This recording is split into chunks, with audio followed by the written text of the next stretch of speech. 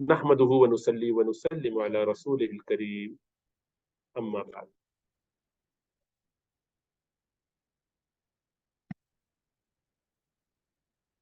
So Imam Nawawi's Arbaeen, 40 hadith of Imam Nawawi rahmatullah alayh. So we are doing hadith number 15 today. Hadith number 15.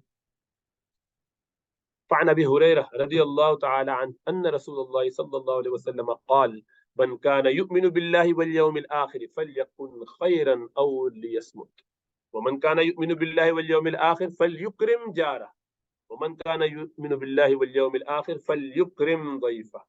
رواه البخاري ومسلم. Imam Bukhari and Imam Muslim both brought this hadith in their respective books, Sahih Bukhari and Sahih Muslim. Sahih Muslim. This hadith is called Muttafaqun Alayh, a hadith which Imam Bukhari and Muslim are in agreement on. They both agreed on the authenticity of the hadith. The hadith is highest level of authority from ahad, from solitary narration.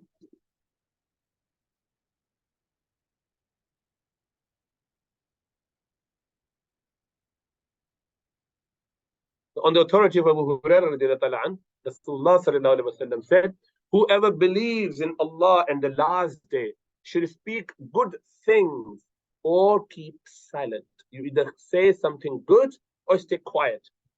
Shouldn't be saying something bad. And then he said, whoever believes in Allah and the last day should be courteous and generous to his neighbors.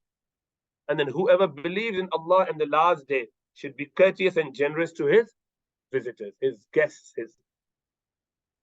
Again, hadith is reported by Imam Bukhari and Imam Muslim. So three qualities of a believer. A true believer is a person who has these characteristics, who has these qualities. So first is that he would not speak other than a good thing. Nothing comes out of him except it is beneficial, not harmful to anyone.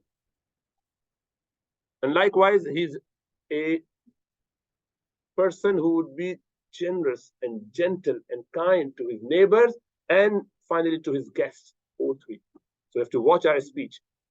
We can't be, this is the right of every individual that we should be treating them nicely, with the nice words, not harsh words. And Rasulullah sallallahu alaihi wasallam in another hadith said, a Muslim, a believer is someone from whose tongue and hands others are saved, are protected. If they're not protected and you are keep torturing them, taunting them, ridiculing them, you're not a believer in a true sense. Although you are a believer, but you're not a true believer. So what happens? Sometimes you go into two extremes. People would either, the one should not speak beyond what is needed or what is good. Otherwise, you're speaking devils. You're being a bad person, you're saying things which are not right. You shouldn't be. In that case, you should be quiet. The other possibility is that you should, the hadith said, you should remain silent if you don't have good things to say. You know, I decided to stay quiet all the time to this. Even when there was a need for you to say something, a positive thing, to support the brother, to help someone out, to guide him about something nice, let him do whatever he's doing. Let him. I can't be bothered. And this is what we see more often in the modern society. It's your life. It's your business. I'm not going to cross the boundary. You carry on. You are God in your own life, and I'm God in my own life. So my domain or my dominion and my kingdom is where your nose starts. I'm going to play around this line, and you have your own kingdom. You do whatever you want to do. And so that's a mute devil. It's not actually doing something good. He should say good as well. You should advise something good. Be nice and kind, nice words. You find someone in need, your problem. No, that's bad. So good speech is recitation of Quran, remembrance of Allah, and supplication, but there's a lot more. Reconciling between two people. Supporting. You could do that, but you opted to not do it, so you're mute devil. You're silent, but you're a devil in that sense. You're not supporting the thing. You're not a proper Muslim at that point. Okay? So when you could do it, So Rasulullah sallallahu alaihi wasallam said, shall I not inform you of a deed which is more virtuous than fasting, prayer, and giving charity? This is all nafli action, not fard, obviously. They said, Ya Rasulullah sallallahu alaihi wasallam, definitely, most certainly. He said, it is that you make things right between people. Spoiling the relations between people is the kata that destroys. It's a horrible thing. But reconciling between people. And you would find many Muslims falling in this. Causing trouble between friends, causing trouble between, snitching. You know what? He was saying this about you. Oh, okay. He never knew it. Why are you telling him?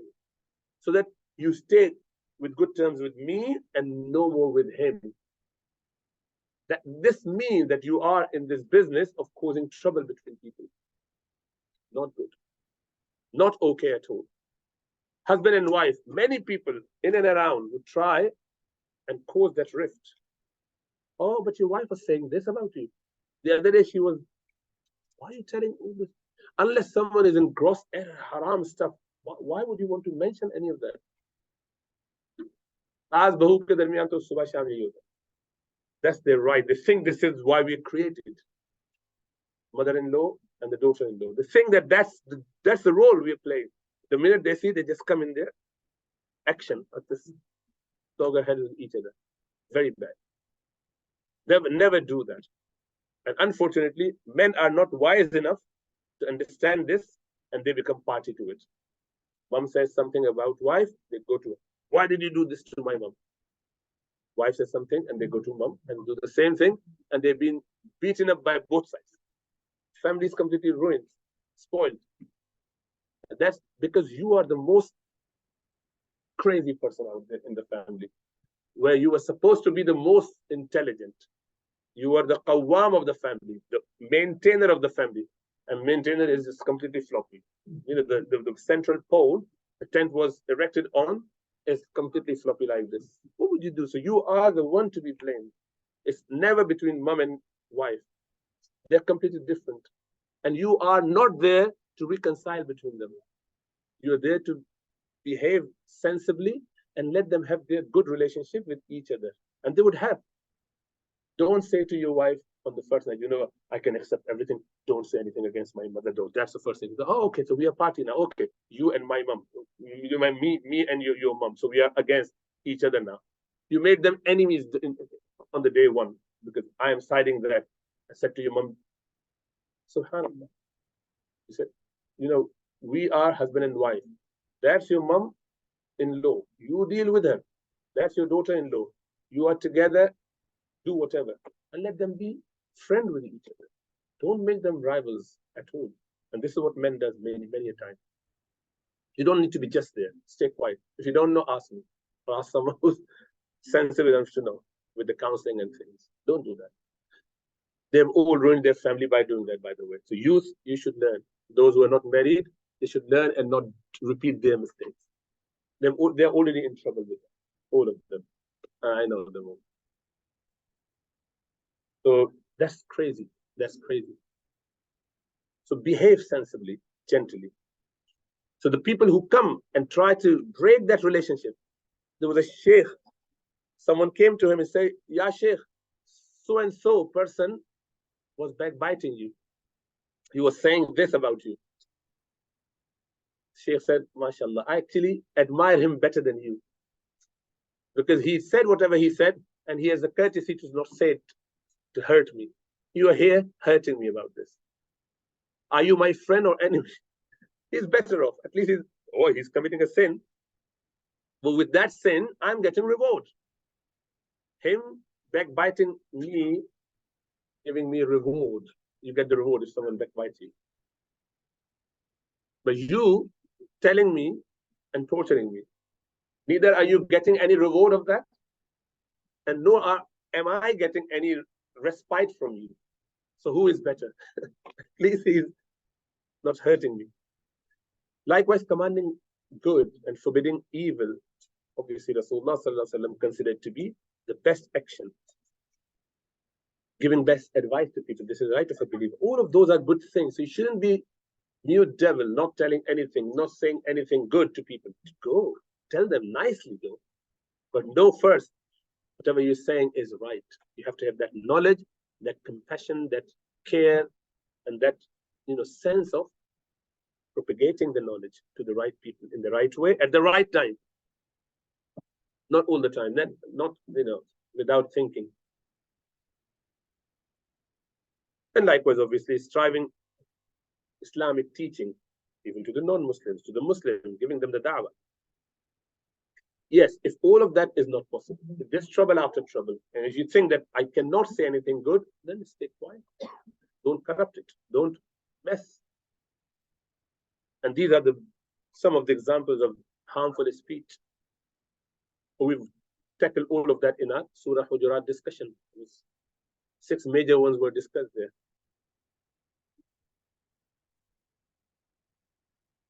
Finally, the worst of them all is speaking about Allah and deen and religion without knowledge. You don't know anything, or just know a little bit, Google it here and there, and started talking about deen. Very bad.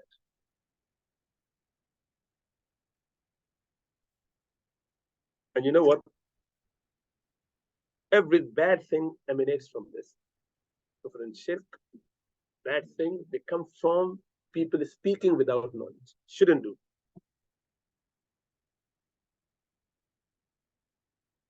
Rasulullah sallallahu alaihi wasallam, he said, Allah subhanahu wa ta'ala mentioned to Rasulullah sallallahu alaihi wasallam in Quran, say, O Muhammad sallallahu alaihi wasallam, the thing that my Lord has forbidden are evil, lewd acts, whether committed openly or secretly, shameful acts. Sins of all kinds, unrightful oppression, joining partners. This is going in order of severity.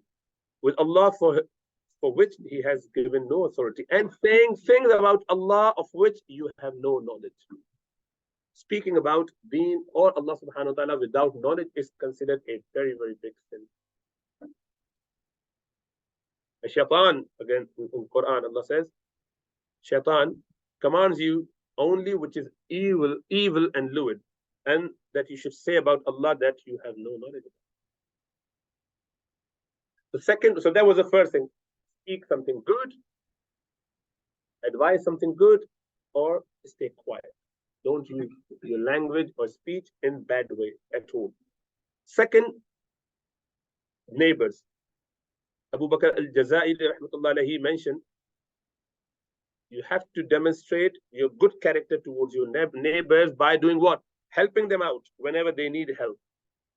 Assisting them if they seek any assistance. Visiting them when they're ill. Congratulating them if they've got something pleasing and good. Giving them condolences upon their afflictions. Giving them condolence upon their afflictions, said already. Helping them if they are in need. Being the first to greet them. Salam, saying assalamu alaikum when you see them. Being kind in speech to them. Being gentle in one's speech to the neighbor's children. Giving and guiding them to what is the best of their religion and worldly life. Whatever is the best advice, helping them out in that. Overlooking their mistakes. Not attempting to look into their private matters, sneaking through their houses, trying to hear what they're saying, or there's a fight going on between husband and wife next door. Let's just put our speakers. Not attempting to look into their private matters, not constraining them with one's building or renovation or along, the building that you create by blocking their, air or wind or whatever, sunlight. Not harming them by letting one's trash onto their property or in front of their household. Allah subhanahu wa ta'ala says, worship Allah and join none with Him in worship, and do good to parents, kinsfolk, your relatives, orphans, and the poor who beg, and the neighbor who is near of kin, and the neighbor who is non-relative, and the companion by your side, and the wayfarer you meet, and what your right hand possess. Verily, Allah subhanahu wa ta'ala does not like such as are proud and boastful people. So Allah subhanahu wa ta'ala is describing even the neighbors. Allah combined His rights over the rights of His servants. So those who are related,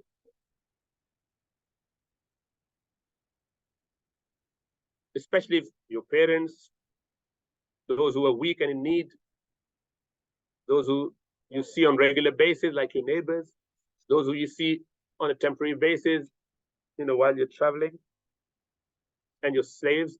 Obviously, we don't have this category anymore. So who is your neighbor? Who's considered neighbor? Different views, 6 different views.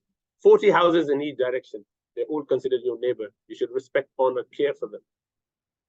Other opinion is, that is Imam Hanifa rahmatullah alayh, those who join your house, the houses are connected to your houses from front, back, side, and facing, few houses in and around you, in your lane, so to say. The housing in the area, those who go to the same masjid, people around the masjid. This is another opinion. Everyone in the city, in the district, it's a bigger area, very wide area. All of your tribe is your neighbor in that area. Or just 1 or 2 houses next to you, it's the smallest one. So it's important that we look after our neighbors and deal with them in the best way. Rasulullah said, Jibreel Amin would come and keep advising me concerning the neighbors to the point that I felt that they would then become part of your inheritors. They'll be given wasiyah, will, from your inheritance. Again, hadith in Sahih Bukhari and Muslim. Rasulullah said, whoever believes in Allah in the last day should not harm their neighbor. Again, Sahih hadith, Bukhari and Muslim. And Allah subhanahu wa ta'ala, Rasulullah warned against. He said, by Allah, he is not a believer. By Allah, he is not a believer. By Allah, he is not a believer. They asked, Ya Rasulullah, who is that person? He said, the one from whose bad treatment, bad affairs, his neighbors are not safe. The way he deals with his neighbor, they're not safe. They're getting into trouble. Once Rasulullah was asked about a woman who performed a lot of prayers, fasted, gave charity, and she used to harm her neighbor by her speech. Rasulullah said she will be in hellfire. And they say, Ya Rasulullah, there's a lady in the community. She does not fast nafil. She does not pray other than the first prayer. She does not give anything other than zakah. She's like, only doing the bare minimum. And yet she's very kind and nice to the neighbor. Rasulullah says she will be in Jannah. They're doing all the obligatory stuff and then behave towards your neighbors in the nice way. We have to care for them. Rasulullah advised Sayyidina Abu Dharr Ghifari radiyallahu ta'ala anhu, when you prepare your stew, your food, just add some extra bits. Just make it a little bit more and give it to your next door neighbors. Support them with that. Rasulullah said, there are 3 people who Allah loves. One of them is the one who is harmed by the neighbors and yet he stays patient. Rasulullah said, he lives there. He continues to tolerate that torture of the neighbor. He will be given very high status in the eyes of Allah subhanahu wa ta'ala on the day of judgment. And if it is unbearable, then you can move away. You can move away. It's fine, but if it's too much, otherwise stay there and be nice. Your neighbors have a lot more right on you. They are, if they're Muslim, even more right. If they're non-Muslim, they have a lot of right as well. So we should be honoring and respecting the people. Come closer so that other people can join in. Sit here. And we should be, likewise the third thing is be courteous to your visitors, your guests, those who come to see you. So Rasulullah said, be nice to your guests as well. So guests, they're all people who come to your house, those who you see every so often when they,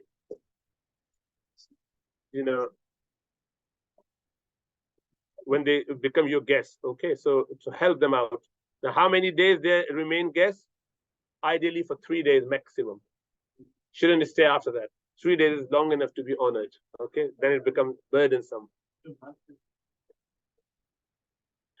So Uqba bin Amir radiyallahu anhu, he said, O Messenger of Allah, sallallahu alaihi wasallam, you send us out, and it happened that we have to stay in such and such a people, and they did not honor us. So you can claim, you can actually ask them to help you. You can demand that. That's the right. Is it obligatory to support your neighbor or your guests? Sorry, when they come to you, do you have to feed them? Do you have to look after them? Imam Ahmad rahmatullah alayh, one of the 4 imams, and Imam Layth ibn Sa'ad, the both of them, they're of opinion, yes, 1 day hosting is obligatory. You should be doing, otherwise you'll be committing sin. Other scholars say, no, it's not obligatory. It's not obligatory, the scholars say. Okay. It was in the early stages of Islam, early days of Islam, when it was obligatory because then people needed to be supported. They looked like the people in the society and community. So the summary of the hadith is, a true believer would stay quiet if he does not have something good to say. If he has something good to say, he'll go and say it and help the brothers out. He tries to reconcile between people. A true believer is someone who would always try to support and help his neighbors. He would never ever cause trouble. Sitting together in the majlis like this, trying to not harm someone next to you. That's all your neighbors. Everyone should be honored and respected and be generous to each other, inshallah ta'ala. So may Allah give us tawfiq to understand that. So that was the hadith number 15.